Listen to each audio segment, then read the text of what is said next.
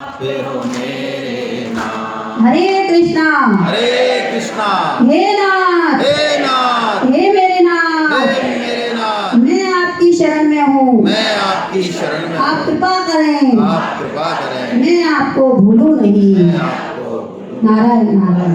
हरे वसुदेव सुतं देवं कंस चाणूरमर्दनम् देवकी परमानंदम् कृष्णं वंदे जगद्गुरु। आप सभी वैष्णव जनों के चरणों में मेरा दंडवत प्रणाम। हरे कृष्णा हरे कृष्णा। आप सबको पुनः पुनः वंदन और धन्यवाद कि हम अपना सेशन बिल्कुल ठीक समय पर शुरू कर पा रहे हैं। और मेरा आयोजकों से निवेदन है कि कृपया नाश्ते को अब बिल्कुल बंद करा दें।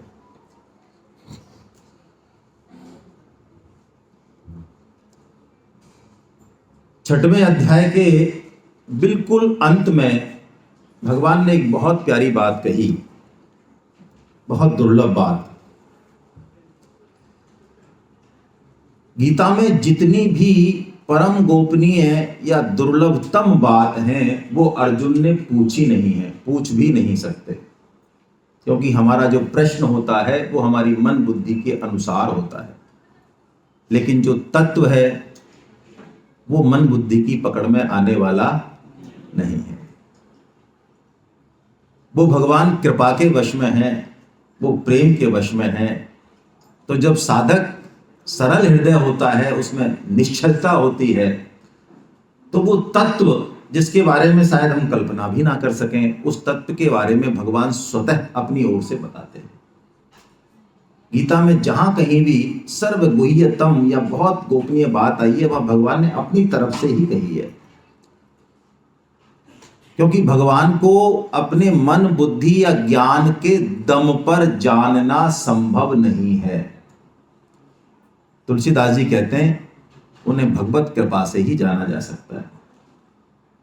सोई जाने हो जेहि देहु जनाई, जानत तुम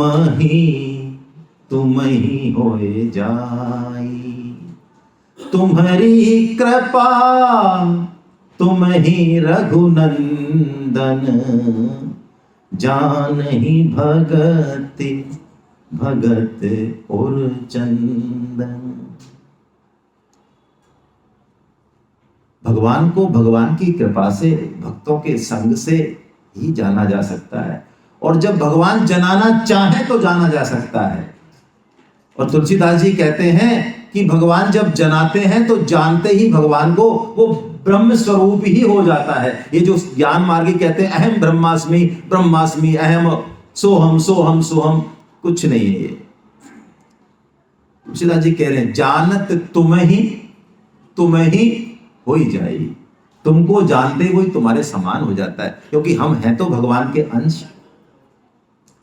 उस अंश के लिए भगवान अब कितनी गहरी बात, कितनी सरल बात, कितनी गोपनीय बात अब बताने वाले हैं। क्योंकि आज का जो अध्याय है, आज का जो ये षटक है, भक्ति षटक जिसे कहते हैं, ये परम गोपनीय है, और ये ज्ञान और कर्म के बीच में है। आज 7 से 12 अध्याय जो हम लेने वाले हैं, इसको कृपया मन बुद्धि के तराजू पर तोले नहीं। कल तक तोला अच्छी बात है, आज भी शंका हो सकती है, पूछ सकते हैं, लेकिन इसमें भगवान इतनी ऐसी ऐसी बातें बताएंगे जिनकी शायद हम कल्पना भी ना कर सकें, और अपनी तरफ से कहेंगे। ये 7वां अध्याय भी भगवान अपनी तरफ से ही कह रहे हैं। भगवान ने जो भी अध्याय अपनी तरफ से कहे, आप पक्का मान लें कि वो विशेष अध्याय है, उनमें कुछ विशेष बात छुपी हुई है। तो आइए इस अध्याय में चलने से पहले मैं 10 मिनट में, 8 से 10 मिनट में कल हमने जो दिन भर में श्रवण किया उसका सार संक्षिप्त कर लेते हैं 6 अध्यायों का, है ना। तो सबसे पहले तो हमने जाना कि मनुष्य जन्म बहुत दुर्लभ है। ये आहार निद्रा भय मैथुन के लिए नहीं मिला है। यदि हम यही कर रहे हैं तो फिर हम समझ नहीं पा रहे हैं चीजों को ठीक से, हम इसकी वैल्यू नहीं समझ पा रहे हैं।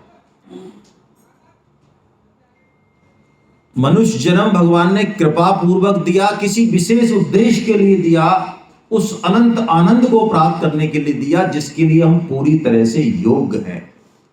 और इसके लिए भगवत गीता हमें वो विजन देती है, हमें वो पाथ देती है, हमें वो टेक्निक्स बताती है। इसलिए भगवत गीता जो कि समस्त शास्त्रों का सार है, उसको एक बार हमको पढ़ना और समझना अवश्य चाहिए। हम उसके खिलाफ भी हों, किसी भी मत मतांतर के हों। कल मेरी एक साधिका है, मेरी क्या मतलब, मेरी बात हो रही थी एक साधिका से। साधिका तो वो IAS है वैसे तो वो विपश्यना में बहुत इंटरेस्ट रखती हैं कई सालों से। तो उन्होंने कहा मैं विपश्यना के साथ गीता कैसे पढ़ूं? तो मैंने कहा यदि आप गीता को पढ़ेंगे तो आपकी विपश्यना और भी मजबूत होगी। मैंने आर्ट ऑफ लिविंग की क्लास लेने का मुझे मौका मिला आज से 8 से 10 साल पहले। तो आर्ट ऑफ लिविंग वाले अपने गुरुदेव के प्रति बहुत जबरदस्त निष्ठा रखनी चाहिए, लेकिन उनका शुरू में भाव ऐसा था कि भाई हम तो गुरुदेव ही हैं, फिर भगवत गीता हमें क्या बताने वाली है।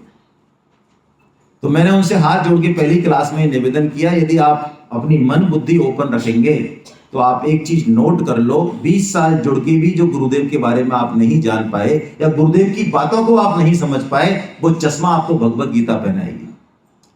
और एक डॉक्टर माहेश्वरी हैं जो 25-30 साल से जुड़े हुए हैं, उन्होंने कुछ क्लासों के बाद ही मुझे कहा कि मैं सन 91 से जुड़ा हुआ हूं सर, लेकिन गीता की बातें सुन के मुझे लग रहा है कि हमारे गुरुदेव हमसे कहते क्या है। तो ऐसी भगवत गीता के प्रति हम समर्पण भाव रखें। देखिए, गीता की शुरुआत होती है धर्म मम से, मेरा कर्तव्य क्या है। हम अपना कर्तव्य कर्म करने में पीछे ना हटें। कर्तव्य कर्म ना करके भक्ति करना, ये कपट भक्ति है। जब पति को नाश्ता चाहिए, बच्चे को कुछ चाहिए, तब आप माला लेके बैठे, गलत बात। जब मेरे से कोई जरूरत है माता पिता को, पत्नी को, तभी मेरी भक्ति चल रही है बहुत जोर शोर से, गलत बात। कर्तव्य कर्म प्रथम है और कैसे करना चाहिए वो गीता हमें बताती है। अर्जुन अपना कर्तव्य कर्म नहीं कर रहे हैं इस समय जो क्षत्रिय का है, तो उनको शोक पैदा होता है, मोह पैदा होता है। हम सब मोह में हैं अभी हमें नहीं पता। और मोहित व्यक्ति जो कुछ सोचता है उसकी कोई बहुत ज्यादा वैल्यू नहीं है। इसलिए भगवान अर्जुन के किसी भी प्रश्न का उत्तर नहीं देते और सीधा उसको हैमरिंग करते हैं, शॉक थेरेपी करते हैं। और भगवान सांख्य योग का उपदेश देते हैं, जिसकी मूल बात हमने पकड़ी कि हम शरीर नहीं हैं, हम शरीर को जानने वाले। ये भाव भी यदि हम जगाए रखेंगे, हमेशा खाएं पिएं मौज करें, कपड़े पहने, घूमें फिरें, सब काम करें, लेकिन ये भाव बना रहे कि मैं ये इसमें इन्वॉल्व हूं, लेकिन मैं इसका दृष्टा हूं। बस इतनी सी बात रखें। ये सुख आ रहा है, ये दुख आ रहा है, मैं इसका जो है दृष्टा हूं, मैं सुख दुख को भोगने वाला नहीं। इतनी सी बात, इतना सा होश भी आपने जगा के रखा, आप महीने 2 महीने में एक बहुत बड़ा चेंज पाएंगे अपने आप में। ये सांख्य योग की मूल बात। फिर कर्म योग बताया भगवान ने। कर्म योग की पहली बात जो कल हमारी बात हुई, सबसे पहले अपने विवेक का इस्तेमाल करके जीवन का लक्ष्य डिसाइड करें। सोचें इस पे, बहुत अच्छे से सोचें, घर जाके यहां सोचें क्या करना क्या है मुझे। देश में विदेश में नाम कमाना है, पैसे कमाने, लोग मेरी वाहवाही करें, या सुख भोगना है, बड़ा बंगला, बड़ी गाड़ी, मतलब क्या करना क्या है अल्टीमेटली, लक्ष्य क्या है जिंदगी का। और लक्ष्य बना हुआ है पहले से। कल मैंने एक चीज समय की कमी से छोड़ दी थी, कोई भी चीज का आविष्कार बाद में होता है, उसकी जरूरत पहले होती है। चिमटा बना तो जरूरत पहले थी, इसलिए चिमटा बना। घर बनता है तो पता है ड्राइंग यहाँ है, बेडरूम यहाँ है, किचन यहाँ। ऐसे नहीं कि इसमें ड्राइंग रूम में भैंस बांधे, क्या क्या करें भाई ड्राइंग रूम का। मनुष्य शरीर भी बना है बाद में, पहले उसकी जरूरत, उसका लक्ष्य डिसाइडेड है, उसको सिर्फ पहचानना है। और इसके लिए गीता का सहारा ले, अपनी मन बुद्धि का बहुत ज्यादा सहारा नहीं ले। जैसे ही लक्ष्य डिसाइड हो जाएगा, आप मान लें समस्त कायनात आपका प्रोफेशन, आपका घर, काम, नात, सब एक लाइन में अलाइन हो जाएंगे। सब कुछ एक लाइन में अलाइन हो जाएगा।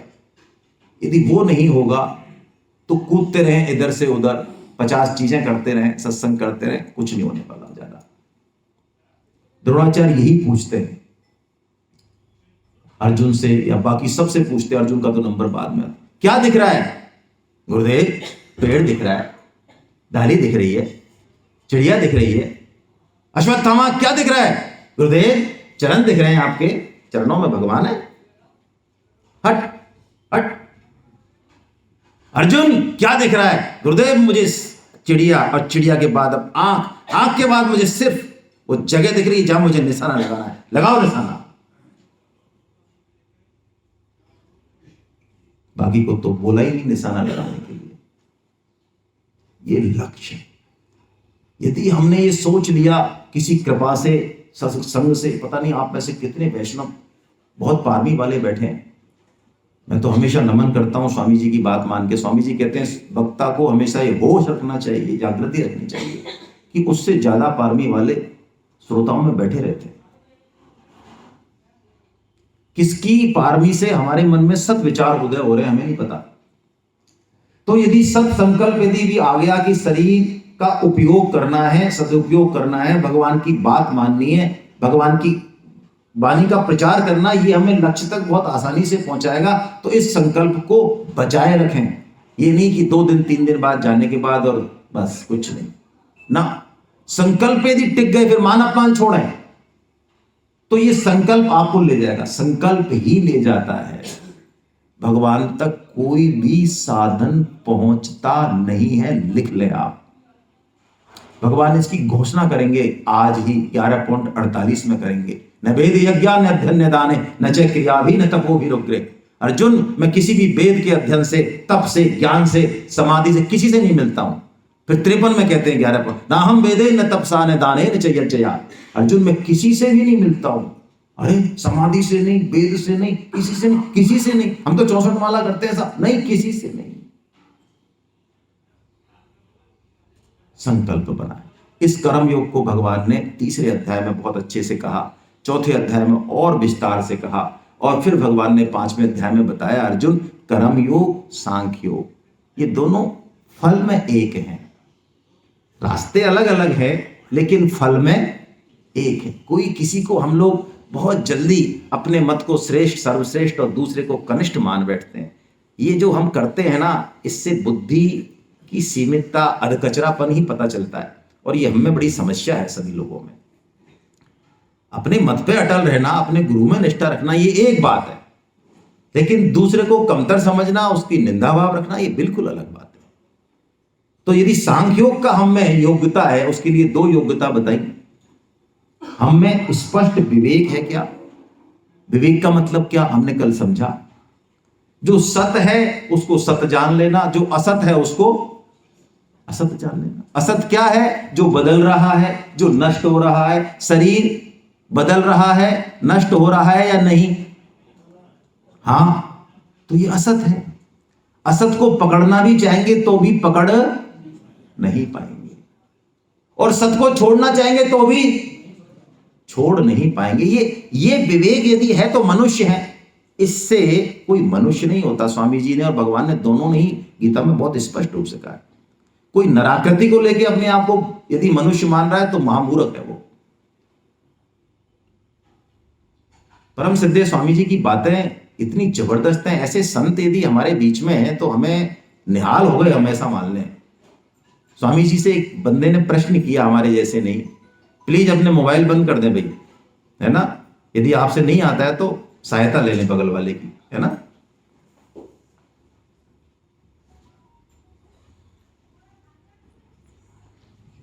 स्वामी जी से प्रश्न पूछा किसी ने कि साहब आप ये कहते हो निष्काम हो जाओ, ये छोड़ दो, वो छोड़ दो, मोह छोड़ दो, ममता छोड़ दो, घर छोड़ दो, घर वालों में छोड़, ये छूटती नहीं है हमसे। तो स्वामी जी का जवाब आप सुनेंगे तो आप दंग रह जाएंगे। संतों की बातें हमारा जीवन बदलती हैं। उन्होंने कहा तुम्हारी हिम्मत है क्या पकड़ने की? कोई खड़ा हो 10,000 की भीड़ में से जो कह दे कि मैंने इससे ममता की थी, इससे मोह किया, आज 100 साल बाद भी मैं उसी पे मोह ममता कर रहा हूं। कोई चीज है, कोई घर, पति पत्नी, कोई रिश्ता, कोई पदार्थ जिसको आप पकड़ सकते हो? हिम्मत है किसी की? ये शरीर भी आपको छोड़ के जाने वाला है। सब कुछ जो मिला है वो छोड़ने छूट ही रहा है। हिम्मत नहीं किसी की जो पकड़ सके। आप कह रहे हो छूटती नहीं है, लात मार के निकाल दिए जाओगे। और यदि संतों की बात मान के, शास्त्र की बात, छोड़नी भी भौतिक रूप से नहीं है, उसमें ममता छोड़नी है, उसमें आसक्ति छोड़नी है, बस बात जुदा हो जाएगी। छूटेगी तो वैसे भी, लेकिन वैसे छूटेगी तो दुर्गति होगी, और हम अपने मन से यदि आसक्ति छोड़ें तो बात बहुत जुदा हो जाएगी। भगवान ने ऐसे कहा सांख्य योग में ये विवेक होना चाहिए और तीव्र वैराग्य होना चाहिए, तो हम सांख्य योग से जा सकते हैं, ज्ञान मार्ग से जा सकते हैं। नहीं, ये नहीं है दोनों चीजें, आसक्ति है ही अभी, तो क्या करें? तो फिर कर्मयोग करें। कर्मयोग आसक्ति ममता होते हुए भी अपनी चीजों को, जिनको हमने अपना मान रखा है गलती से, शरीर को, संसार को, घर को, धन को, पद को, विद्या को, उनको दूसरों की सेवा में लगाना। स्वामी जी कहते हैं ये सरल तरीका है, क्योंकि सेवा करने का हमारा सबका स्वभाव है। हम ठीक जगह सेवा नहीं करें तो गलत जगह तो करते ही हैं। शरीर की तो करते ही हैं, अपनों की तो करते ही हैं, कुत्ते बिल्ली की तो करते ही हैं, नहीं करते? जहां जहां कुत्ता भगाता वहां भागते हैं, जंजीर लेके पीछे पीछे नहलाते हैं उसको। माता पिता की तो चाहे नहीं करे, कोई बात नहीं।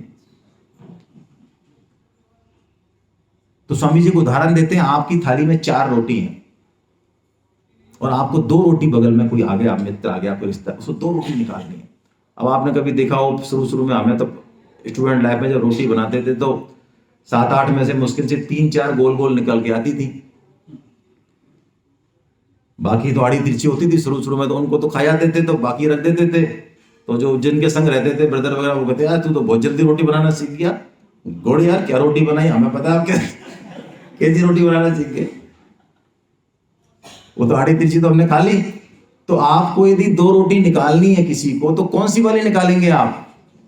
अच्छी वाली निकालेंगे आप। यही कर्मयोग है, बस इतना सरल है।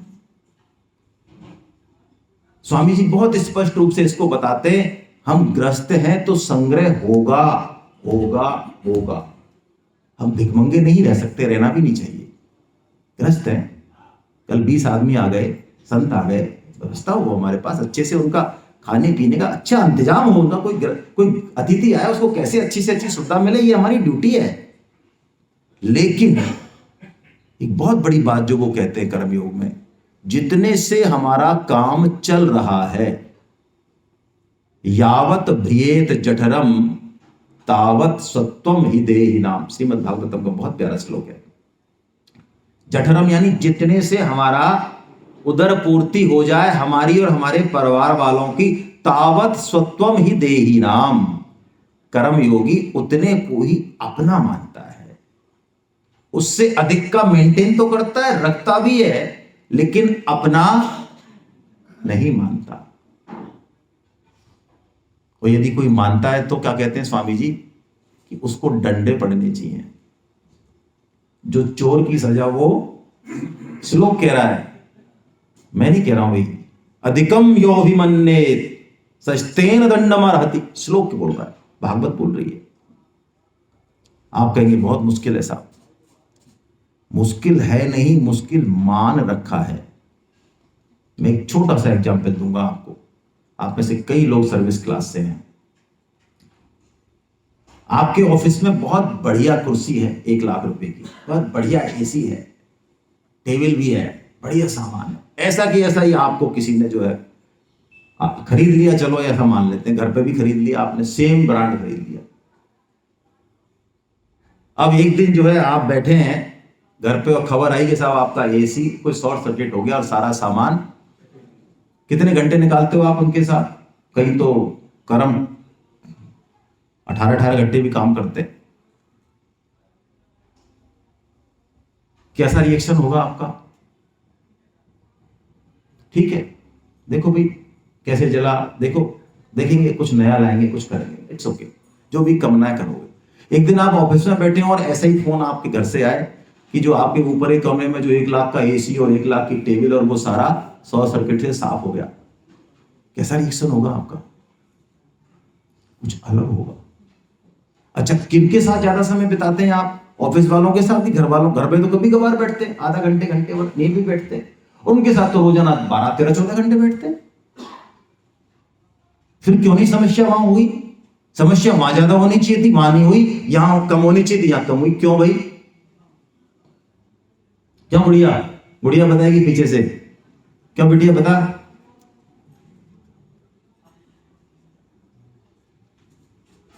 सुभाष जी की बिटिया है ये, तो क्यों नहीं हुई बताइए? आप बताइए। बहुत बहुत इससे बहुत बड़ी बात निकलने वाली है। जो हमारी बड़ी समस्या है, उसको अपना मान लिया और उसको अपना नहीं माना। बहुत बढ़िया। कर्म योगी रात दिन परिवार में, धन में, ऑडी गाड़ी में, एसी में, सब में रहते हुए भी निर्लिप्त ही रहता है। और ये सिर्फ मान्यता का ही खेल है। गलत मान्यता करी, दुख पाना पड़ेगा, कोई रोक नहीं सकता, कोई रोक नहीं सकता। गलत मान्यता टूटेगी ही, और अपने ही तोड़वाएंगे उसको, कोई दूसरा नहीं आएगा तोड़वाने वाला। इसलिए हम यदि साधक हैं तो ठीक मान्यता कर लें। ऐसा कह के भगवान ने इस पूरे कर्मयोग के बाद फिर ध्यान योग बताया कि अर्जुन एक रास्ता ये भी है, तो ध्यान योग से भी जा सकता है। अर्जुन ने कहा मन को चंचल करना बहुत कठिन है प्रभु। हाँ कठिन तो है भाई, गड़बड़ तो है, लेकिन 2 काम तू कर, अभ्यास कर और वैराग्य। वैराग्य कर तो इनसे तेरा मन वश में हो जाएगा, ऐसा भगवान ने कहा। और फिर भगवान ने कहा अर्जुन देख, मैं तेरे को अपने मन की बात बताता हूं। तपस्वियों से भी योगी श्रेष्ठ, ज्ञानियों से भी योगी श्रेष्ठ, और कर्मियों से भी। ये कौन से हैं तीनों? जो सकाम भाव से कर रहे हैं, तब भी करते हैं तो कुछ ना कुछ चाहिए। ज्ञान अर्जन भी कर रहे हैं तो कुछ ना कुछ चाहिए, और नहीं तो लोग राम नाम ही करें हमसे। भाई पहले तो यही करें राम नाम, हम तो भक्ता है, हम थोड़ी करेंगे हरे कृष्णा, ये करें। अरे इज्जत तो दें कम से कम हमको। कर्मियों से भी योगी श्रेष्ठ है। इसलिए भगवान बहुत स्पष्ट कहते हैं अर्जुन तू योगी हो जा, यानी तेरी दृष्टि भगवान की तरफ हो जाए। और अब भगवान जो बात बोल रहे हैं बहुत विलक्षण, ये भक्ति का बीज भगवान ने 6वें अध्याय के अंत में डाल दिया। तैयार कर रहे हैं हमें, क्योंकि अब 7 से और 12वें अध्याय की यात्रा भगवान कराने वाले हैं। क्या बोल रहे हैं भगवान? अंतिम श्लोक को हम पढ़ लेते हैं, फिर उसके बाद 7वां अध्याय लेते हैं। योगिनाम अपि सर्वेषां मद्गतेनान्तरात्मना श्रद्धावान् भजते यो मां स मे युक्ततमो मता। तो भगवान कह रहे हैं कि सब योगियों में तो योगी हो जा। सब योगियों में भी सर्वश्रेष्ठ योगी कौन है? ओ हो, इसकी तरफ तो अर्जुन का ध्यान ही नहीं गया। सर्वश्रेष्ठ योगी भगवान कह रहे मद गतेन अंतरात्मना, जिसका आत्मा, जिसका मन मेरे में ही लगा हुआ है, वो योगी सर्वश्रेष्ठ है। और देखिए भगवान जो भक्ति की शुरुआत कर रहे हैं वो किससे करते हैं? पहला ही श्लोक के पहला ही चरण, क्या बात है, पढ़ते हैं। मय्यासक्त मना पार्थ योगम युञ्जन्मदाश्रया असंशयं समग्रं मां यथा ज्ञास्यसि तच्छृणु। आहा, भक्ति की शुरुआत, भक्ति षटक की शुरुआत भगवान कहां से कर रहे हैं? मैया सक्त मन पार्थ। देखिए भगवान ने कहा अब तक आसक्ति मत कर, कामना, यही कहा। और अब भक्ति की शुरुआत किससे कर रहे हैं? आसक्ति से कर रहे हैं। देखो आप, ये भगवान करते क्या है? कभी इधर ले जाते हैं, कभी उधर ले जाते हैं। लेकिन भगवान कैसे कह रहे हैं? आसक्ति किसमें हो? मेरे में हो। एक माँ यदि ऑफिस जाए, छोटा सा बच्चा है उसका, अब निकल गई है, 5 बजे आएगी, तो अब दूध पिलाना है उसको, ठीक है, पीछे से सब लोग हैं, लेकिन अल्टीमेटली माँ तो माँ ही है। तो अब वो फाइल पे डिसीजन दे रही है, दौड़ रही है, कुछ भी कर रही है, दुनिया भर के काम है, मीटिंग भी अटेंड कर रही है, लेकिन क्या लगता है आपको, अपना शिशु और की बात वो एक क्षण भी क्या भूल पाएगी? दौड़ेगी। भक्त संसार में लग जाता है, संसार के कर्तव्य कर्म भी करता है, लेकिन कर्तव्य कर्म करते हुए भी उसका मन भगवान के चरणों में ही लगा रहता है। और यही भक्ति है। भक्ति इंद्रियों से की जाती है, होती नहीं है। इंद्रियों के पीछे, इसका मतलब इंद्रियों से भक्ति करना कोई गलत बात है, ये नहीं कहा जा रहा है। हम आरती करें, हम पूजा करें, हम भगवान की अर्च विग्रह की सेवा करें, मंदिर जाएं, ये गलत काम नहीं है, ये अच्छे काम है। शुरुआत में यहीं से शुरुआत, बाद में भी, लेकिन इसके पीछे मन का बैकअप होना आवश्यक है। परम श्रद्धेय स्वामी जी महाराज भक्ति का एक बहुत विशेष अर्थ बताते हैं। भक्ति है क्या? बहुत इसकी परिभाषा है, नारद जी ने भी दी है, और अन्य अभिलाषता शून्यम, ऐसे बहुत परिभाषा, लेकिन हम एक बहुत सरल परिभाषा यहां पे लेने वाले हैं। देखिए, अभी हमने अपने आप ने सबने अपने आप को कुछ मान रखा है, इसको बोलते हैं अहमता, ईगो। जैसे मैं पुरुष हूं, है कि नहीं? ये मैं भूलता हूं क्या कभी? अच्छा, मेरा नाम ये है। अच्छा, कभी ऐसे कंफ्यूजन होता है, यार मेरा नाम संतोष ही है कि महेश है, यार टेंशन हो रहा है। ऐसा होता है कभी किसी के साथ? या अपन ऐसा करें, अरे यार ऐसा है, 3 दिन हो गए यार नाम को याद नहीं किया यार, अपने ऐसा करते हैं, माला लेते हैं, तुरंत जो है नाम याद करते हैं, संतोष संतोष संतोष संतोष संतोष संतोष, ऐसे करते हैं। भूलता है कभी?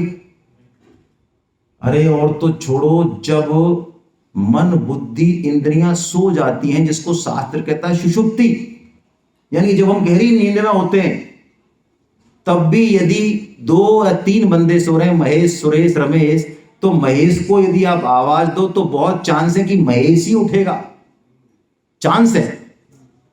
यानी हमें जब हम सो गए गहरी, तब भी हमें पता है कि महेश हम हैं। ओ, और यहां हम माला लेके लगे रहते हैं दिन भर, हे प्रभु हे प्रभु हे प्रभु हरे, तब भी जो है कहीं भी हमें नहीं लगता कि हम भगवान के हैं। भक्ति अहमता का परिवर्तन है। अहमता मतलब हमने अभी अपने आप को क्या मान रखा है। हमने जो मान रखा है ठीक है, ये व्यवहार के लिए बहुत आवश्यक है। मैं डॉक्टर हूं, इट्स ओके, मैं पुरुष हूं, इट्स ओके, लेकिन ये मैं भारत देश का हूं, हाँ बढ़िया है, मैं ब्राह्मण हूं, हाँ ठीक है, इट्स ओके, बहुत जरूर, मैं पुत्र हूं, हाँ बिल्कुल, पापा हूं, हाँ बहुत बढ़िया है। लेकिन ये जितने भी टैग हैं, ये सब टेम्परेरी हैं, ये कर्तव्य कर्म के लिए हैं ये टैग, कि हम जब जो हैं वहां से, डॉक्टर हैं तो काम करते हैं अपना, इसीलिए है टैग। लेकिन इन सब टैग से परे एक परमानेंट टैग है हमारे पास, हम उस टैग को मान लें बस, तो फिर हमारा हर काम भक्ति ही हो जाने वाला है। तो आइए हम परम श्रद्धेय स्वामी जी महाराज की शरण होते हैं, भगवान की शरण होते हैं, झूठ मोटी सही मानते हैं, हम सच्ची बात मानते हैं, पुकार करते हैं भगवान से। आइए, हे नाथ, हे मेरे नाथ, मैं केवल आपका हूं, हे नाथ, हे मेरे नाथ, आप कृपा करो, मैं आपको भूलूं नहीं। नारायण नारायण नारायण। जिस दिन हमने ये अहमता परिवर्तन कर लिया, और ये हम कर सकते हैं, लाइट जला दे, बंद नहीं करें सारी लाइट, किसने बंद की है? ये हम कर सकते हैं। परम श्रद्धेय स्वामी जी महाराज उदाहरण देते हैं कि एक कन्या जिसने 25 साल तक, जिसका नाम गाम पता नहीं है, काला है, गोरा है, आड़ा है, तिरछा है, और 7 फेरे लिए उसने, और कोई 5-7 दिन बाद भी उसको कोई पूछे तो वो, भाई किनके हो आप? कौन? भैया हम इनके हैं। 25 साल से नाम नाम नहीं पता, 7 फेरे लेते ही अब यहां पे चेंज कर लिया सॉफ्टवेयर में कि हम तो अब इनके हैं। तो भाई हम भी अपना सॉफ्टवेयर चेंज कर लें कि हम केवल और केवल भगवान के। कोई हमें संसार में अपना कहे, बिल्कुल बहुत अच्छी बात है ना, लेकिन हम भक्ति की परिभाषा जो है यहां से शुरुआत करें। RJ14 CX 8744 8744। कौन सी गाड़ी है? इधर साइड में गली में खड़ी है। हाँ हटवा देंगे जो भी है, ठीक है, चलिए बहुत बढ़िया।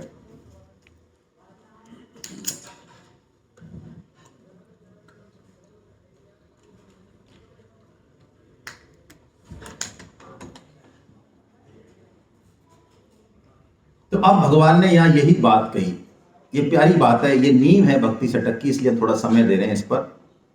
मैया सत्य मना पार्थ, हम समझे इस बात को। अब देखिए भगवान कह रहे योगम युंजन मदाश्रया, ये भी इतनी प्यारी बात है। हम कोई भी साधन करें, कर्म का करें, ज्ञान का करें, नाम जप करें, कुछ भी करें, हम साधन जो भी करें उसकी चाबी दे रहे भगवान। तू साधन तो कर, लेकिन आश्रय तुझे साधन का नहीं लेना है। आश्रय किसका लेना है? मेरा लेना है। मद आश्रया। कई बार हम साधन पर ही कूदने लग जाते हैं। अरे आपको पता नहीं है, हम सुबह 4 बजे नहा के और सारे वेद मंत्र बोलते हैं, फिर माला करते हैं, तो सर कुछ भी खाते पीते नहीं है। हमारा बहुत तगड़ा मामला है। कोई भी साधन महत्वपूर्ण नहीं है, साधन को साध्य नहीं बना ले, ये बहुत बड़ी भूल हम प्राय कर बैठते हैं। साधन एक जरिया है, लेकिन अल्टीमेटली साध्य तो हर साधन के भगवान ही है। तो हमें आश्रय किसका रखना है? भगवान का रखना है। हमें मान बढ़ाई मिले तो भी, कल सेठ जी की बात आई थी, और सेठ जी जिसको भी कोई राम राम करता है, सेठ जी कहते मैं पहुंचा दूंगा। तो हम भी डरे नहीं ज्यादा। यदि मान बढ़ाई मिले तो भाई अंदर से तो ले, बाहर से तो ले ले, अंदर से तो कहां पहुंचानी है? जज की है, उसी को पहुंचानी है ना, हमारी तो है नहीं वो। तो भगवान कह रहे हैं आगे, अब मैं तुझे इसको मेरे बारे में समग्र रूप को बताऊंगा अर्जुन, वो तू सुन। और सुन, हर आदमी इसको नहीं जान सकता, मेरे समग्र रूप को जो मैं अब बताने वाला हूं, ज्ञान सहित विज्ञान। ज्ञान का मतलब, इसके शीर्षक है ना ज्ञान विज्ञान योग। तो ज्ञान का मतलब सब कुछ भगवान ही है, ये ज्ञान है। और ऐसा अनुभव हो जाए, ये विज्ञान है। तो इस बात को भगवान कहने वाले, लेकिन भगवान कहते हैं तीसरे श्लोक में, अर्जुन हर आदमी नहीं चलता इस तरफ। मैं तो चाहता हूं चले, लेकिन हजारों में से कोई एक चलता है। भाई अलवर की जनसंख्या कितनी है? मुझे नहीं पता। 4 लाख, 4 करोड़। अरे शहर की बताओ, शहर की 4 लाख। और अपने हॉल में कितने बंदे हैं? 150 से 10 गुना लोगों के पास मैसेज गया होगा, कम से कम 15,000 लोगों के पास। आपने सबने मेहनत की है, ऑप्शन अवेलेबल है, संत विराजमान रहते हैं, शास्त्र विराजमान रहते हैं, लाभ उठाने वाला उठाता है। वही कह रहे हैं भगवान, हजारों में से कोई एक तो प्रयत्न करता है, उन हजारों में से कोई एक मुझे तत्व से जान पाता है। इसका मतलब कठिन जानना ये मत समझ लेना, इसका अर्थ प्राय हम ले लेते हैं लगन कम है, चलने की लगन कम है। यदि लगन हो तो रास्ते खुले हैं, हमेशा मौका आएगा। एनकेश करना हमारे हाथ में। अब भगवान अपने समग्र रूप को बता रहे, तो 2 तरह की भगवान अपनी प्रकृति बता रहे हैं। प्रकृति कौन सी? एक तो अपरा, जो जड़ है, जिसको जड़ चेतन कहते हैं। देखिए गीता में, आप कंफ्यूज नहीं हो, हम इसलिए जड़ चेतन भी कहा, उसको अपरा परा भी कहा, बात वही है। उसको क्षेत्र क्षेत्रज्ञ भी कहा, उसको प्रकृति पुरुष भी कहा, कई नाम है उसके, बात एक ही है। तो यहां भी भगवान उसको अपरा नाम से कह रहे हैं। अपरा यानी जो जड़ है। जड़ मतलब जो खुद को भी नहीं जानता और दूसरे को भी। अब इसको थोड़ी पता है झूमर को कि मैं इसकी तरफ देख रहा हूं, पता है? नहीं पता, जड़ है ये। एक चेतन है जो खुद को भी जानता है और दूसरों को भी जानता है। तो भगवान दो तरह की प्रकृति बता रहे, पहली जड़ बता रहे और कह रहे ये 8 तरह की है मेरी जड़ प्रकृति, 8 भेदों वाली। कौन कौन से हैं 8 भेद, आइए पढ़ते हैं। भूमि रापो नलो वायु खम मनो बुद्धिरेव च अहंकार मितियम में भिन्ना प्रकृति अष्टरा। गलत लिखा हुआ है इसमें, अहंकारों में ये ना, देखिए क्षति जल पावक गगन समीरा, ये तो पंच महाभूत हो गए, 5 तो ये, उसके बाद मन बुद्धि और अहंकार। इसमें एक बड़ी अच्छी बात है कि ये स्थूल से सूक्ष्म तक की यात्रा है, यानी भूमि से लेके और अहंकार तक की। इसमें सबसे स्थूल क्या है, भूमि, और सबसे सूक्ष्म क्या है। इसीलिए हमसे बार बार ये कहा जाता है कि हम अपनी अहमता को चेंज कर लें। अभी हमने जो 10 से 20 मिनट खर्च किए सिर्फ इसी बात पे किए, क्योंकि अभी हमारी पहचान अहमता को लेके है। हम अहंकार नहीं है, हम तो अहंकार को भी जानने वाले हैं, हम तो वो चेतन तत्व है जिससे अहंकार ताकत पाता है, लेकिन उसका अभी हमें अनुभव नहीं है। हमें अभी अनुभव अहम का है, तो हम अहम में ये मान लें कि हम केवल और केवल भगवान के। तो 8 भेदों वाली तो हो गई, भगवान ने कहा मेरी अपरा प्रकृति, ये जड़ है। मन बुद्धि अहंकार भी जड़ हैं, लगते चेतन से दिखते हैं क्योंकि सूक्ष्म है ना बहुत, लेकिन है जड़। और भगवान कह रहे हैं इन 8 से अलग तू खुद है अर्जुन, तू चेतन। कौन सा, कह रहे भगवान अपरे अमितस्त्वन्याम प्रकृतिम वेद्धि में पराम जीव भूताम महाबाहो ययेदम धार्यते जगत। इससे अलग तू परा प्रकृति है अर्जुन, तू चेतन है, लेकिन तूने क्या किया, क्या गड़बड़ कर ली, तूने इस संसार को, इस शरीर को धारण कर लिया, इसको अपना मान लिया। तेरे को कुछ भी योनि में भेजा, पशु बनाया, पक्षी बनाया, उसी शरीर को तूने, जैसे हम अपने शरीर को अभी अपना मान रहे, किसी भी शरीर में भेजा उसको तूने अपना मान लिया। हालांकि ये तेरा है नहीं, लेकिन तूने संबंध मान लिया। तो जिसने संबंध माना उसी के ऊपर छोड़ने की जिम्मेदारी है ना। हम परा है, हम अपरा नहीं है। और भगवान इसके बाद कहते हैं अर्जुन, इसका अनुभव करने के लिए तुम जो है,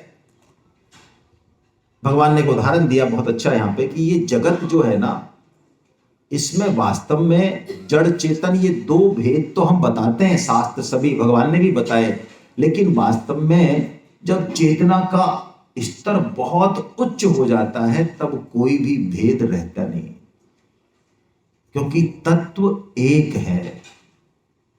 तुलसीदास जी महाराज बहुत इसको बड़े अच्छे तरीके से कहते हैं कि जो चेतन ही जड़ करही और जड़ ही करही चेतन, अस समर्थ रघु नायक ही भजहि जीव ते धन। यानी जड़ चेतन के भी ओरिजिन में एक ही तत्व है। ये संसार में भी भगवान ही प्रकट हैं, अलग अलग रूपों में, लेकिन हमें नहीं दिखते। दुर्योधन को द्रोणाचार्य जी ने भेजा एक गांव में कि दुर्योधन इस गांव में से जाओ और एक अच्छा आदमी खोज के लाओ। दुर्योधन गया और खाली हाथ आया। फिर उसी गांव में युधिष्ठिर को भेजा द्रोणाचार्य जी, युधिष्ठिर जाओ इस गांव में और एक बुरा आदमी खोज के लाओ। युधिष्ठिर जी भी खाली हाथ आ गए।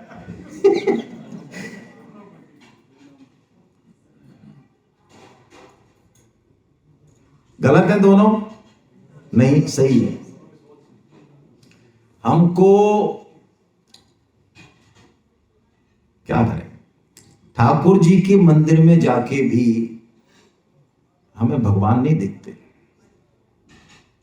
हमें मूर्ति दिखती है, चांदी दिखती है, सोना दिखता है, लाइट दिखती है, बहुत अच्छी लाइट जली हो, बहुत अच्छे से मजा आ गया, आज तो गोविंद देव जी के क्या दर्शन हो रहे हैं भाई साहब। और यदि लाइट वाइट नहीं है, मान लो सालिग्राम जी विराजमान है, कुछ नहीं, चमकीले वस्त्र हो, लाइट हो, रबड़ी वाला प्रसाद हो,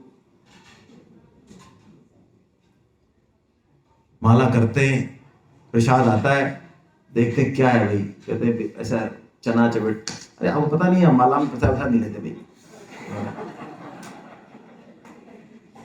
और मान लो रबड़ी वाला, तो प्रसाद तो भगवान का रूप है भाई साहब, है ना। जब ये तो भगवान का रूप है, इसका तो हमेशा अपमान करना ही नहीं चाहिए, कभी शास्त्रों में लिखा है।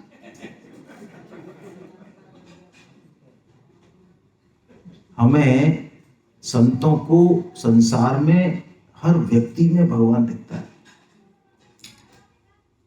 हमें अच्छे आदमी में भी अच्छे ही नहीं दिखती। लेकिन भगवान कह रहे हैं अर्जुन, एक मैं ही मैं हूं, मत्तः परतरम नान्यत् किंचिदस्ति धनंजया मयि सर्वम मिदं प्रोतम सूत्रे मणिगणाय। ऐसा भगवान बोल रहे हैं श्लोक में। जैसे सूत्र की ही मणियां हो, माला हो ना कोई तो सूत की बनी हो माला, और जो मणि है वो मणि भी सूत की ही बनी हो मान लो, यानी दूसरा कोई तत्व हो ही नहीं। भगवान कह रहे हैं ऐसे जगत में कोई दूसरा तत्व है ही नहीं। तेरी राग द्वेष के कारण, तेरी सुख दृष्टि के कारण तुझे ये भेद दिखाई दे रहा है। तो प्रभु इस भेद को मैं कैसे दूर करूं? भगवान कहते हैं देखो भाई, ये मेरी माया जो है ना, इसके कारण ये गड़बड़ हो रही है। तू इस माया के चक्कर में पड़ गया, इस माया के कारण तेरे को एक की जगह दो दिख रहे। क्या करें? जैसे आंख को ऐसे कर देते हैं ना, फिर कहते हैं चंद्रमा देख कितने, दो हैं यार, दो हैं चंद्रमा, एक ही है। लेकिन अब देखिए भगवान इस श्लोक को क्या कह रहे हैं। इस श्लोक में माया से जीतने का भगवान उपाय बता रहे हैं। और हम सारे शास्त्रों को टटोल लें, जितने भी शास्त्र, सनातन धर्म में तो शास्त्र एक से एक बढ़ के हैं, सभी शास्त्रों का निचोड़ इस एक श्लोक में माया को जीतने का यही एकमात्र उपाय है, मात्र बस। यदि माया को जीतना है तो यहां से जाना पड़ेगा, और बिना माया को जीते, बिना माया से पार पाए हम भगवान के दर्शन नहीं कर सकते, उस तत्व को नहीं समझ सकते। तो कैसी है माया और कैसे उसको जीता जाए, ये सूत्र हमें भगवान इस श्लोक में दे रहे हैं। दैवी ही ऐसा गुणमयी मम माया दुरत्यया मामेव ये प्रपद्यन्ते माया में ताम तरन्ति ते। भगवान कह रहे हैं देवी ही ऐसा गुणमयी, ये गुणमयी है माया। कौन कौन से गुण? 3 गुण, सत, रज और। कोई आदमी हमें अच्छा लगता है, कोई बुरा लगता है, कभी हम अच्छे भाव में होते हैं, कभी बुरे लगते हैं, कभी ध्यान लगता है, कभी नहीं लगता है। हम अलग अलग गुणों में रहते हैं, लेकिन हमारा जो स्वरूप है वो गुणों से बिल्कुल अलग है। और कह रहे हैं भगवान मम माया। क्या कह रहे हैं? मम माया। किसकी है माया? और हम गीता सुन के, भागवतम सुन कहते भगवान देखो हम तो आपकी तरफ चलना चाहते हैं, लेकिन क्या करें, ये तुम्हारी माया ने सब गड़बड़ कर रखा है। ये सारी माया को मानते अपना, पत्नी, पति, गाड़ी, घोड़ा, घर मानते तो अपना। ओके, देखो भगवान तुम्हारी माया ने सब गड़बड़ कर रखा है, तुम्हारी माया के चक्कर में हम पड़े हुए हैं।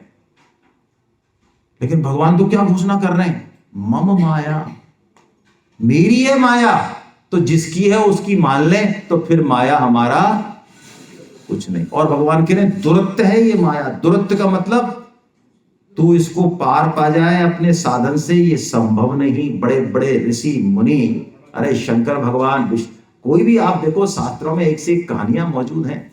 इस माया ने किसको नहीं नचाया है। नारद जी खुद कहते हैं अरे भैया तू मेरे से मत पूछे, मेरे को भी नचा चुकी है माया। मैं भी वो विष्णुमुनि के चक्कर में पड़ गया था, भगवान ने वो तो मेरे ऊपर कृपा रखी, इसलिए बच गया, मैं चक्कर में पड़ जाता। तो अब हम जब ऐसे बड़े बड़े ऋषि मुनि ज्ञानी चक्कर में पड़ गए, तो फिर हम कैसे भाई इसे जीत सकते? बहुत मुश्किल काम है ना। लेकिन एक सूत्र दे रहे हैं भगवान, इस सूत्र से ही इसको जीता जा सकता है, चाहे कोई भी जीते। क्या? मामेव ये प्रपद्यन्ते माया मेतां तरन्ति ते। जो संस्कृत के विद्वान हैं वो समझेंगे। मैंने संस्कृत नहीं पढ़ी हुई है भाई, माफ करना, गलती हो तो क्षमा कर देना। माम एव ये प्रपद्यन्ते, माम एव प्रपद्यन्ते। एव शब्द यदि लग जाता है तो इसका मतलब है केवल और केवल, यानी हमें शरण तो होना है, लेकिन किसके शरण होना है? भगवान के। और कैसे होना है? केवल और केवल भगवान के शरण होना है। तो फिर भगवान कहते हैं माया मेतां तरन्ति ते, फिर तू माया को आराम से। स्वामी जी कहते हैं मछुआरा होता है तो वो जाल फेंकता है समुद्र में, नदी में, बड़ी बड़ी मछली फंस जाती है, फड़फड़ाती है, नहीं कुछ नहीं, खींच के निपटा देता है। लेकिन छोटी छोटी मछली जो उसके चरणों की तरफ आती है, मछुआरे की तरफ, क्या वो जाल में फंसती हैं? वो नहीं फंसती। ऐसे ही हम कितनी छोटे हों, कितनी दीनहीन हों, लेकिन यदि हम भगवान की शरण हैं और बड़े से बड़ा ज्ञानी हो, तपस्वी हो, ऋषि हो, माया उसको भी लपटा देगी। तो भगवान की शरण होने के अलावा माया से पार जाने का कोई दूसरा उपाय नहीं है। केवल भगवान की शरण हो जाए। और भगवान की शरण होने के लिए सबसे बढ़िया उपाय, हम भगवान का काम करें, भगवान की वाणी का प्रचार करें। भगवान का काम यदि हम करेंगे तो भगवान घोषणा करेंगे आगे कि मैं तेरे सारे विघ्न बाधाओं को हर लूंगा, और तू क्या चिंता करता है इस भवसागर से पार जाने की, मुक्ति की और फलाने की? कुछ नहीं, मैं दूंगा तेरे को सारी मुक्ति भी दूंगा, और भवसागर से या तेरे को, औरों के लिए तो भवसागर है, 84 लाख योनियों में चक्कर खाते रहेंगे, तेरे लिए वो भवसागर भी मैं जैसे गाय का खुर नहीं होता है, ऐसे कर दूंगा उस भवसागर को। भाई गाय के खुर में बारिश के दिनों में पानी भर जाए, गाय का खुर भी नहीं, भगवान ने कहा वत्स, वत्स यानी बछड़े का, गाय का खुर तो बड़ा हो गया महाराज, हमारे से नहीं पड़ेगी पार। तो भगवान ने कहा अच्छा वत्स का वो छोटा सा खुर नहीं होता है, उसमें मान लो पानी भर जाए बारिश से टपक के, उसको पार करने में हमें समस्या है किसी को, भगवान घोषणा करेंगे ऐसे अभी कि मैं ऐसा कर दूंगा तेरे लिए, संसार रूपी सागर को तरा दूंगा तुझे, तू चिंता मत कर। अब भगवान कहते हैं तो अर्जुन, 4 तरह के भक्त, इस बात को समझ के 4 तरह के भक्त मेरा भजन करते हैं, 4 तरह से मेरे से संबंध बनाते हैं। कौन कौन से? हमारा भी नंबर है, देखो इसमें भगवान ने कृपा कर दी है ना। कैसे कैसे भक्त हैं? चतुर्विधा भजन्ते मां जना सुकृतनोर्जुना आर्तो जिज्ञासुरर्थार्थी ज्ञानी च भरतर्षभा। तो क्या 4 तरह के भक्त हैं मेरे। पहला कौन सा? आर्त।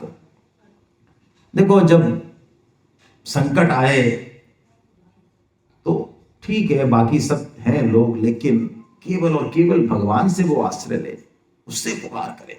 तो भगवान कहते हैं फिर मैं आता हूं। आपने उत्तरा का प्रसंग सुना होगा, अश्वत्थामा ब्रह्मास्त्र का संधान कर देता है, और उस समय पूरे वंश का एकमात्र अंश परीक्षित उत्तरा के गर्भ में होता है।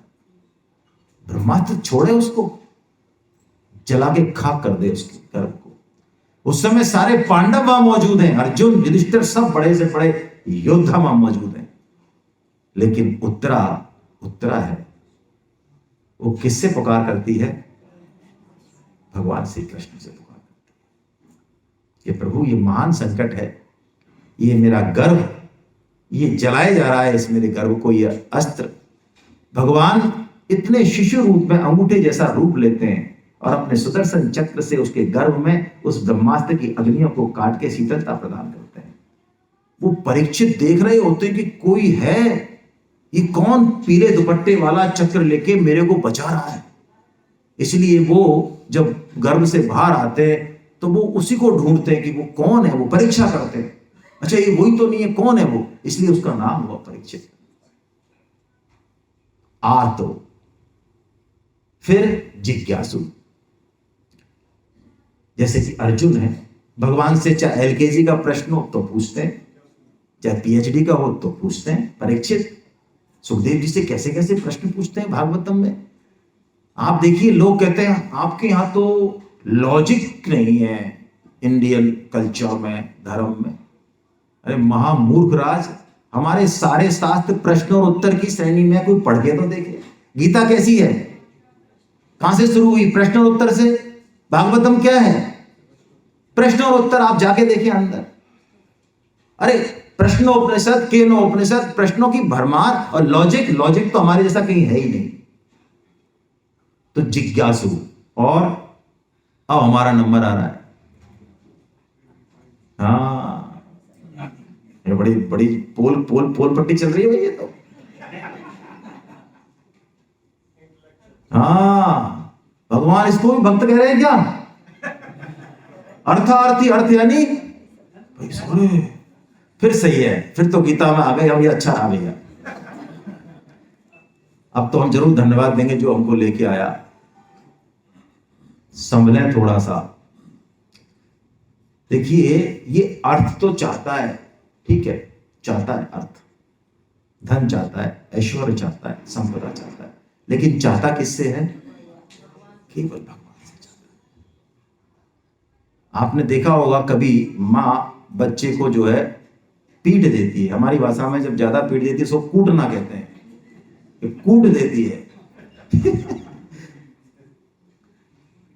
तो कूट देती है तो बच्चे तो दिमाग उसका आउट हो जाता है बिल्कुल, कि यार जिसको मैंने जिंदगी में, संसार में सबसे ज्यादा मैंने मान रखा है, इसके अलावा मेरा तो कोई है ही नहीं, इसी ने आज मेरे साथ क्या कर दिया ये, उसको कुछ समझ ही नहीं आता। तो वो एक कोने में बैठ के और फिर चालू हो जाता है वो तो रोना। अब उसका कोई भी आए, रिश्तेदार, कोई पापा आए, कोई भैया, कुछ भी आए, उसको दे भी, तू ले रबड़ी ले बेटा, गड्ढू होगा, कुछ नहीं, उसको कुछ नहीं चाहिए। वो कहता है यार ये माँ ने ऐसा किया मेरे साथ, माँ ने, वो माँ ही उसके पास आएगी, क्योंकि उसको पता चल गया ना कि देख ये कुट तो गया भाई मेरा, लेकिन ये किसी से भी नहीं राजी हो रहा है। इस बात पे माँ रीत जाती है, फिर उसको मनाती है, फिर उसको मिठाई देती है, और वो माँ से ही मानता है। ऐसे ही जो भक्त होता है वो अर्थार्थी तो है, लेकिन वो अर्थ किससे चाहता है? माँ से चाहता है। ऐसे नहीं इंद्र देवता है कि देख तू क्या चाह रहा है, वो चाह रहा है क्या 3 बेड का? अरे मैं तेरे को पूरा बिल्डिंग दे देता हूं यार। नहीं नहीं भैया, तू तेरी कुछ रख, मैं तो इसी से चाहता हूं। जैसे कि ध्रुव जी, ध्रुव लोग चाहते हैं, लेकिन किससे चाहते हैं? भगवान से चाहते हैं, केवल और केवल भगवान से चाहते हैं। उसको भी भगवान भक्त कह देते हैं, क्योंकि हम किसी भी वजह से यदि भगवान की तरफ लगें तो लगेंगे तो चाहे अर्थ से, लेकिन भगवान की कृपा कुछ ऐसी होती है कि चलते चलते समझ में आएगा कि अरे ये अर्थ चाहा हमने, ये क्या अनर्थ चाहा हमने। ध्रुव जी जब भगवान चले जाते हैं, आप भागवतम में पढ़िएगा तो बड़ी ग्लानि करते हैं कि मैं कैसा मूर्ख हूं, मैं कैसा अधम हूं, यही बोलते हैं। मैं भगवान से, जो त्रिलोकी के राजा हैं, जो ऐश्वर्य मोक्ष सब कुछ देने वाले, आनंद देने वाले, उनसे भी मैंने अर्थ ही मांगा। मेरे जैसा मूर्ख कौन होगा। देखिए उनकी बुद्धि शुद्ध हो गई भगवान के दर्शन मात्र से। इसको भी भगवान ने भक्त कहा। और ये अगला जो भक्त है अंतिम, ये तो अद्भुत है भाई, ये ज्ञानी है। इसके लिए भगवान कहते हैं अर्जुन, इन चारों में मुझे ज्ञानी बहुत प्रिय है। कितना प्रिय है? अरे बस पूछे मत तू। ऐसा मान ली ये तो मेरी आत्मा है। अपनी आत्मा से प्रिय ज्यादा हमको कोई होता नहीं है। हेलो, इसको चेक करना जरा। हम जो कहते हैं हमें पत्नी प्रिय है, हमें पति प्रिय है, हमें फलाना प्रिय है, ढीगना प्रिय, सब झूठ है। ये थोड़ा सा सोचना गहराई में।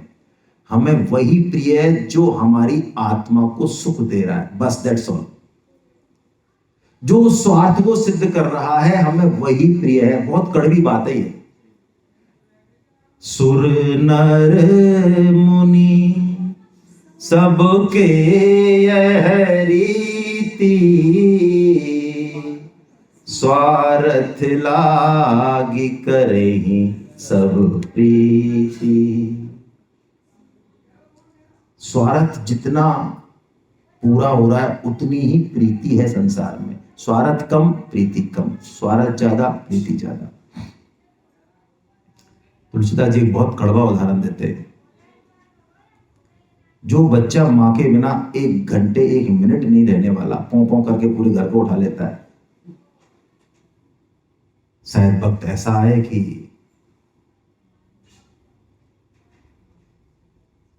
माँ आए तो कोई बहुत ज्यादा खुशी नहीं हो, चली जाए जब ज्यादा खुशी होती हो, शायद ऐसा भी वक्त आ सकता है।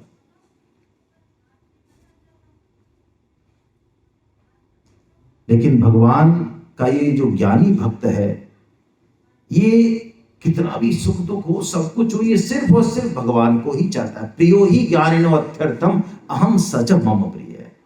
भगवान कहते हैं जैसे मैं अपनी आत्मा को प्रेम करता हूं, ऐसे ही इस भक्त को मैं प्रेम करता हूं। क्यों करता हूं? ऐसा क्यों करते हो आप? हमसे नहीं करते हो, इससे करते हो। अरे मैं क्या करूं, ये मुझे इतना प्रेम करता है इसलिए करता हूं, मेरे हाथ में नहीं है। ऐसा कह के भगवान ने ये चारों भक्त बताए। और भगवान ने कहा इतना सब होने के बाद भी लोग देवताओं की उपासना करते हैं मेरे को छोड़ के। अब भगवान इस अध्याय में देवताओं का प्रकरण बता रहे कि हम लोग देवताओं की उपासना क्यों करते हैं, और करते हैं तो क्या नुकसान है, और यदि करनी भी पड़े तो कैसे करनी चाहिए। इस बात को भगवान यहां बता रहे हैं और आगे 9.23-24 में भी बताएंगे। चलिए, क्यों करते हैं हम देवताओं की उपासना? प्राय भगवान जो बता रहे हैं इसमें, कामना के कारण। जिसकी जैसी कामना उसको वैसा देवता अच्छा, जहां से वो कामना पूर्ति हो जाए उसको वही देवता अच्छा लगेगा। लेकिन देखिए, एक बहुत प्यारी बात हम समझ लें, देव पूजन करना गलत नहीं है, ध्यान रखिएगा। देव पूजन करना ही चाहिए हमारी संस्कृति कुल आचार के हिसाब से। लेकिन देवता चीजों को देते अवश्य हैं हमें। क्यों देते हैं? क्योंकि उनको ड्यूटी दी है भगवान ने, वो मैनेजर हैं सृष्टि के संचालन के। लेकिन उनको जो पावर दी, उनका जो विधि विधान दिया, वो उसके अल्टीमेट सोर्स कौन है? भगवान। ये बात यदि हम ध्यान रखेंगे फिर देव पूजन में कोई समस्या नहीं है। स्वामी जी को उदाहरण देते कि हम उस तरह से देव पूजन करते हैं जैसे कि कोई पोस्टमैन मनी ऑर्डर लेके आते थे पहले, आजकल तो बेचारों खत्म ही कर दिया, वो सिस्टम ही खत्म कर दिया पेटीएम ने। तो मनी ऑर्डर आया तो मनी ऑर्डर में उसने पैसे गिने, हमने ले लिए। तो वो बच्चा जो देख रहा है वो क्या मान रहा है कि पैसे किसने दिए? पोस्टमैन ने दिए। दिए भी, बात तो सही है, लेकिन क्या पैसे पोस्टमैन ने दिए? किसी और ने दिए। बस इसी भाव से हम इसको देखें, क्योंकि भगवान ने कहा यदि हम इस भाव से नहीं करेंगे तो देवता देखिए सिर्फ नाशवान फल ही दे सकते हैं। उनके हाथ में नहीं है। प्रेम देना, मुक्ति देना, जीवन का परम धन देना उनके हाथ में नहीं है। वो सिर्फ नाशवान फल देंगे, जो भी देंगे वो नष्ट होगा। और भगवान कहते हैं जो देवों को पूजते हैं वो देवताओं को प्राप्त हो जाते हैं, लेकिन जो मुझे पूजते हैं वो मुझे प्राप्त हो जाते हैं। और मैं वो फल देता हूं जो कभी नष्ट नहीं होता। तो हम इतना विधि विधान का पालन करें, नियम धारण करें दुनिया भर के, और फिर देवता हमें मान लो कुछ दे दें और वो नष्ट हो जाए 1 साल 2 साल 6 महीने में, क्या फायदा? मूर्ख रहे हम। तो भगवान वही कहते हैं, तद भवति यल्पमेधसाम अंतवंत फलम तेषाम। उनका जो फल है देवताओं का वो अंतवंत वाला है। इसलिए भगवान को कह रहे तद भवति यल्पमेधसाम। ये जो देव पूजन करने वाले हैं ये अल्प मेधा वाले, तुच्छ बुद्धि वाले हैं ये, क्योंकि ये तत्व को समझ नहीं रहे हैं। और क्यों करते हैं हम ये कामना? क्योंकि जब हम भौतिक सुखों में लिप्त हो जाते हैं, इच्छा और द्वेष इसका एक जोड़ा है। देखिए 2 शक्तियां हैं, इस बात को हम समझें अभी थोड़े अच्छे से। हमें 2 शक्ति सबको मिली हुई है, एक तो प्राण शक्ति है, एक इच्छा शक्ति है। प्राण शक्ति खत्म होने वाली है, होगी ही। प्राण शक्ति खत्म होने को है, लेकिन अभी इच्छा शक्ति खत्म नहीं हुई, तो पुनर्जन्म होगा। भाई देखो, शेर का मांस तो बहुत अच्छा है, अंत समय भी शेर का मांस नहीं खाया हमने।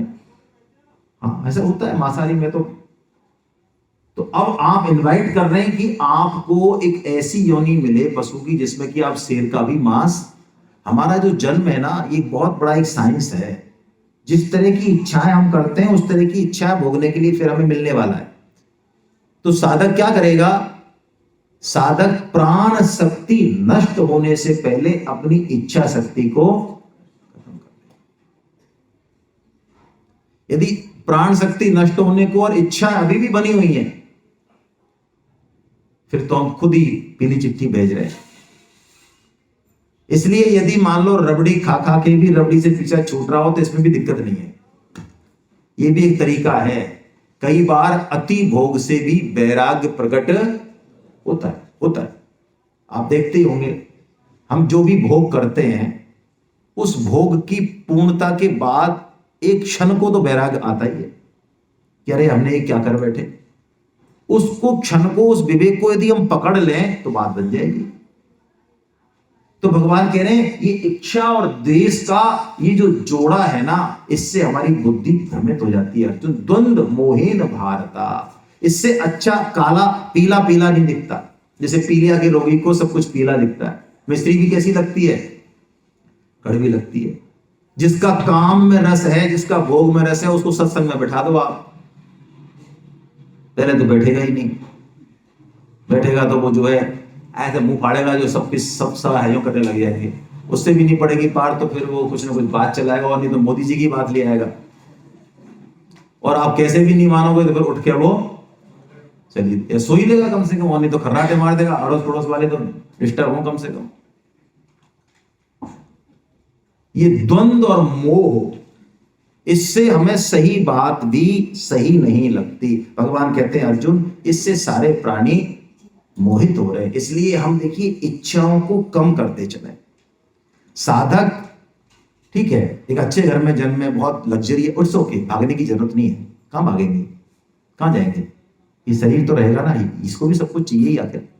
लेकिन अपनी आवश्यकताओं को सीमित करें। जैसा कहते हैं ना, सादा जीवन, खाने में, पीने में, रहने में, बैठने में।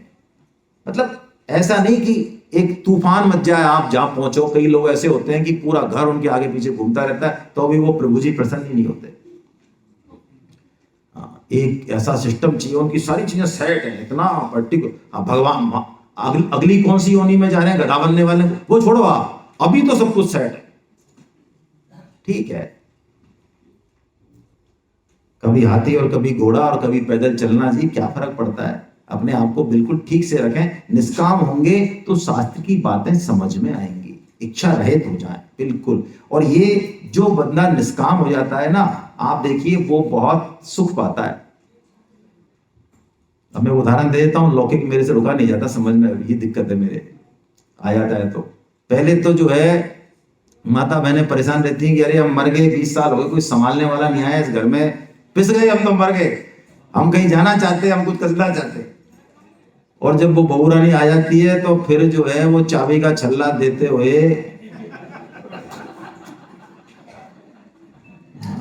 छल्ला नहीं आता देने में आराम से। और दे भी दिया, मान लो घर वालों ने कर आके कैसे भी जुगाड़ कैसे दिलवा भी दिया, तो खोपड़ी पे बैठे रहना उसके पे कैसे भी करके।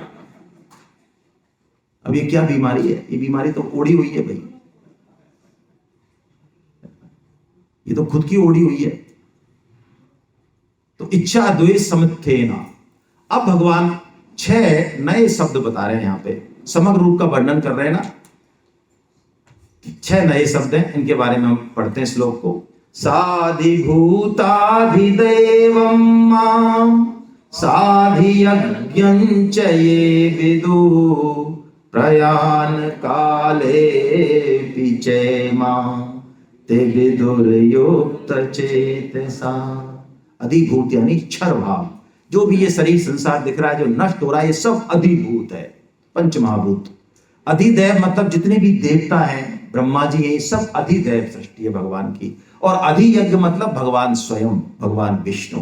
भगवान कहते हैं ये तीनों मैं ही हूं। इसलिए जो ऐसा जान लेता है वो अंत समय भी जो कुछ उसको दिखेगा, जो कुछ दिखेगा वो सब भगवान को ही दिखेगा वो। तो भगवान कहते हैं ऐसा जो जान लेता है वो अंत समय में मेरे को ही प्राप्त होता है, इसमें कोई संशय नहीं है। हरे कृष्णा।